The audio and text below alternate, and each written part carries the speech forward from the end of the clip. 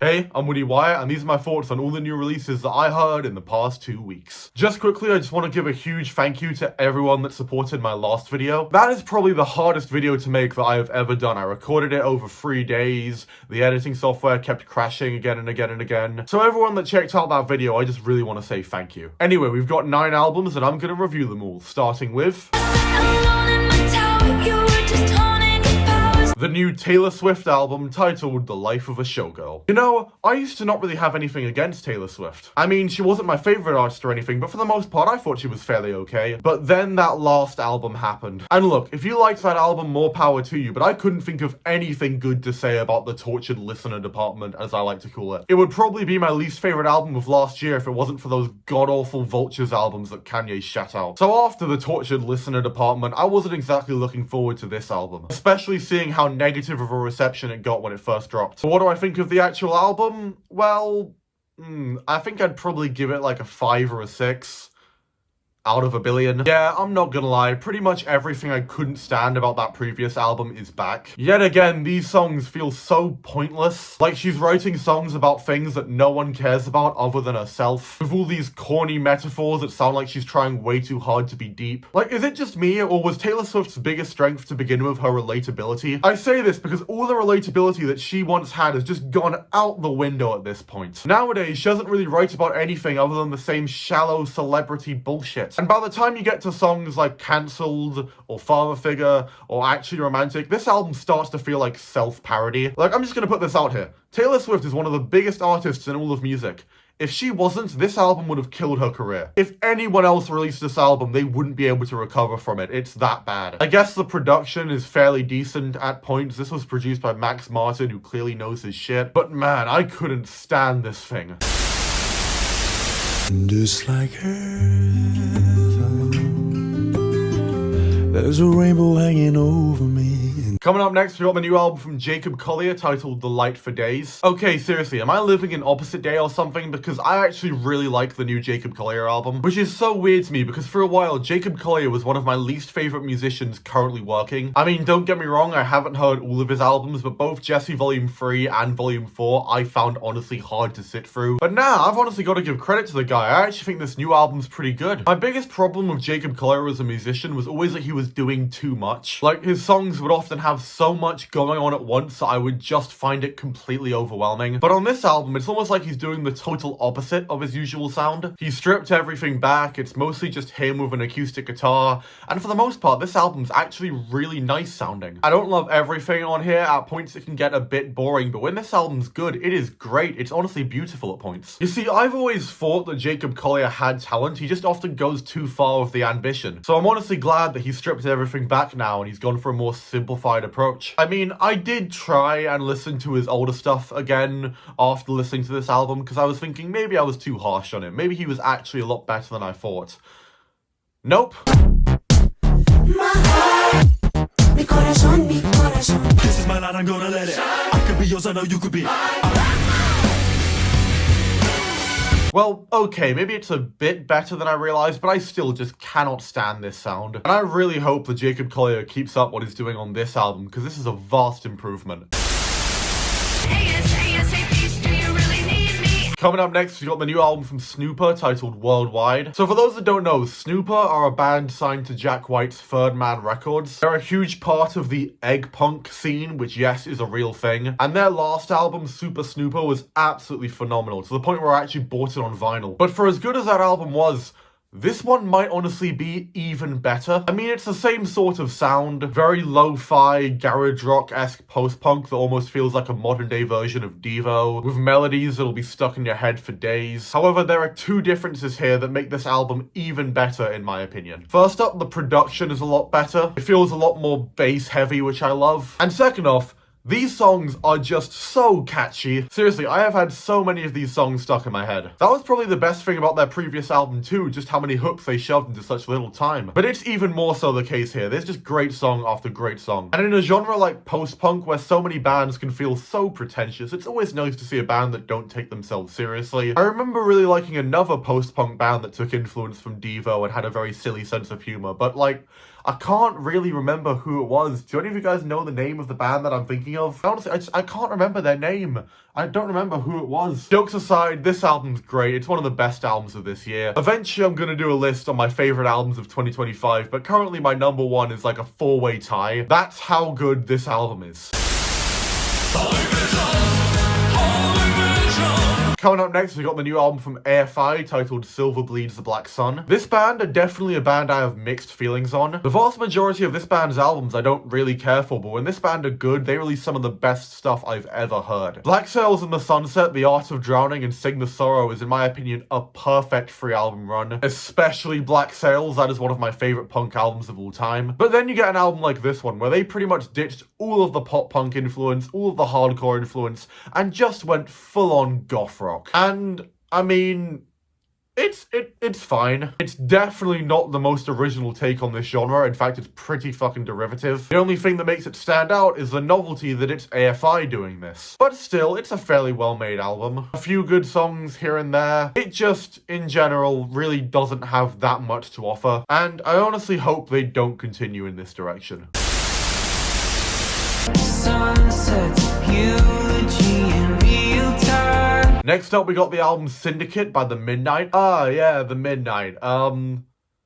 I'm kind of bored of this band. Don't get me wrong, I used to be a huge fan of them. I'd recommend them to everyone. I'd call Endless Summer one of my favorite albums of all time. But the more I listen to this band, the more they just end up boring me. Their music can often feel kind of gimmicky to me. I feel a very similar way about artists like FM84 and Time Cop. Pretty much everything about this specific type of synthwave, whether it's the instrumentation, or the aesthetic, or the lyrics, or the album covers, or the music videos, pretty much everything about this style of synthwave can be summed up in one word. 80s, the 80s. Pretty much all this sound has is nostalgia, especially with The Midnight. And I'm gonna be real, guys, I'm so over it. It's not even that I actively hate synthwave, I just think that a lot of this stuff kind of relies too much on nostalgia. And especially for this album, which goes on for an hour and a half, it definitely gets old. And unlike on their early albums, the songs on here aren't very memorable. There isn't a Shadows or a Sunset or a Vampires on here. Look, I'll put it like this. The best synthwave takes the sounds from the past and pushes them into new, interesting directions.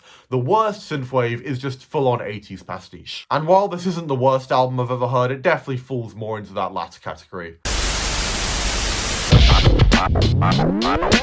Before we continue, I just want to quickly give a shout out to an upcoming artist that deserves your attention. Introducing Scarlett Enraged. I've noticed a theme with all the artists we've covered in these ad breaks so far. I mean, the first band we did was a hip-hop group with a lot of creative instrumentation. Then we had a metal band. Then a rock band with a very fuzzed-out, noisy sound. So far, we've only really spoken about bands with very expansive sounds. Bands where they have a lot of stuff going on at once. Bands and artists that are very in your face. But what happens when you want something that's more simplistic and more relaxed? Maybe just someone with an acoustic guitar or something like that. Well, if you're looking for an artist like that, I would highly recommend Scarlett Enraged. Scarlett Enraged is an indie folk artist currently based in London. Her music has a fairly mellow, laid-back feel to it, with a lot of very intense, very bleak lyricism. Basically, it's music to cry yourself to sleep to, and I don't see that as a bad thing. Currently, I don't think she has anything on streaming, so I'm gonna do what I did with 7 Celsius, and I'm just gonna play you a few clips from her TikTok. Here's what they sound like.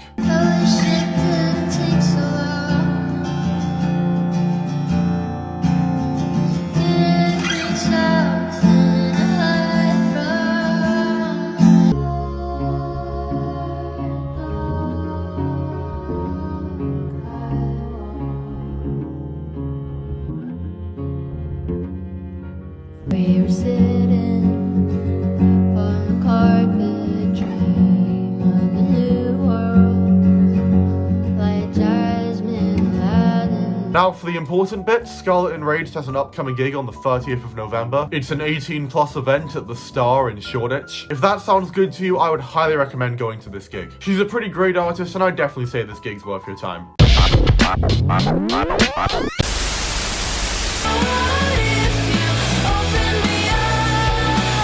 Coming up next, we got the debut album from Rocket titled R is for Rocket. Rocket are a band that I had never heard of before checking out this album. If I'm remembering correctly, I think I saw one of their Instagram posts get re-uploaded by the Silver Sun Pickups, who are one of my all-time favorite bands. I even have a Swoon poster in the background. But we'll talk about them another day. Now we're talking about Rocket, and this album's phenomenal. It's not the best album in this video, that would probably have to be the Snõoper album from earlier, but it is still definitely a great album. The drums are very frantic and creative throughout. The songs are very melodic and also take a lot of influence from 90s indie rock. It's one of those albums that may not be the best thing I've ever heard in my life, but I listened to it and I can just picture this band going on to release great things. There's definitely some songs on here that don't really stick out. It can get kind of samey at points, but the best songs on here make up for that. There are some of the best songs I've heard all year on this album. I'd say if you're a fan of Always, or maybe Beach Bunny, or maybe even like the first two Biba Doobie albums, or maybe even Silver Sun Pickups, like the early stuff from them, this is definitely an album worth listening to.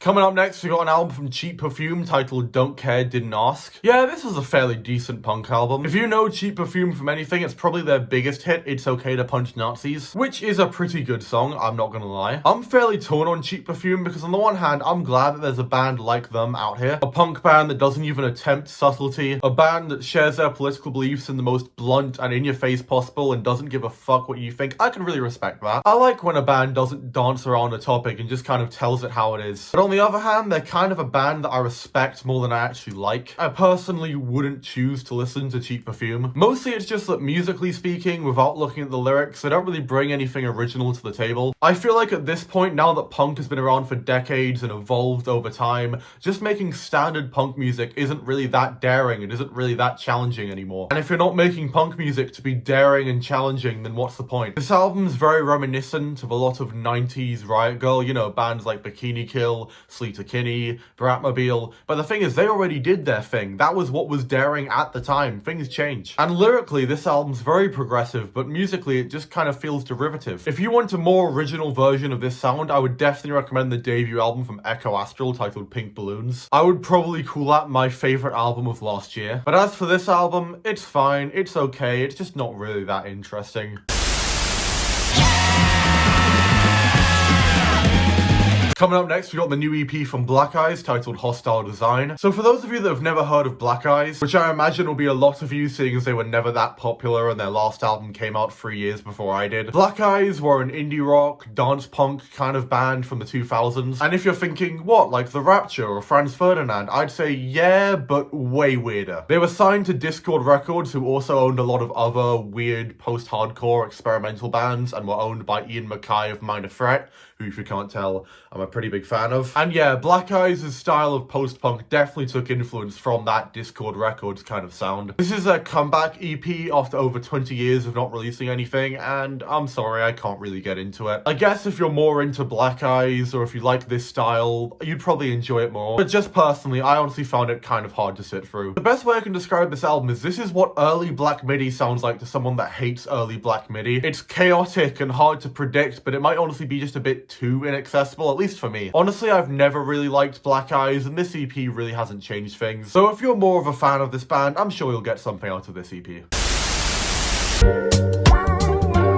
He want that one thing from me, he thinking I might fuck around, but I know I ain't going. And finally, we've got the new album from Bia titled Bianca. And this Bia album, it's fine. This isn't my favorite rap album I've ever heard. This isn't my least favorite either. It's very versatile. You know, she raps, she sings, she tries out a billion different styles. It's just honestly not that memorable. Like, I'll be honest, I think she probably could release something good in the future. There's definitely potential for something interesting here. But as for this album specifically, I'll be real, I have nothing to say about it. It is very forgettable. It's weird because this is an album where I can definitely see that she's trying to carve out her own unique identity in the rap scene, but she ends up just sounding like a billion other rappers all at once. It doesn't really leave that much of an impression on me, but it's fine, and I definitely think she could do better things in the future. And with that, those are my thoughts on all the new releases that I heard in the past 2 weeks.